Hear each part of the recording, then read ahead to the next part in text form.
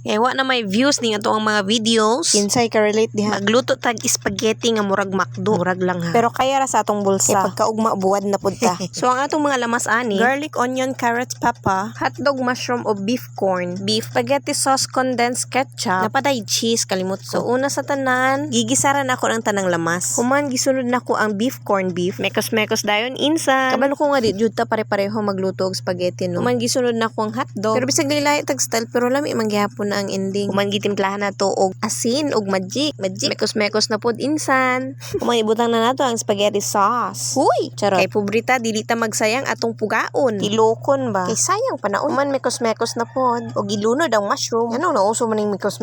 Si insan jud ang may kasalanan nito ba? Man gilunod na din ako ang ketchup. Para dagdag lasa sa ato ang spaghetti. Human ukay-ukayin na pod natin. Tapos pabukalin. Human lunodin. Unsa naman ni? Sabaan na pud taan. Gisunod na din ako ning condensed milk. Kay basta spaghetti no lami yun ang tamis-tamis. Pinoy style ba? Kay Pinoy man ta. Ug mas gusto sa mga bata na lasa. Human pwede nato siya dagdagan og tubig depende na sa inyo. Human nato na siyang ihalo sa tong naluto na nga pasta. Malang to. Bye-bye.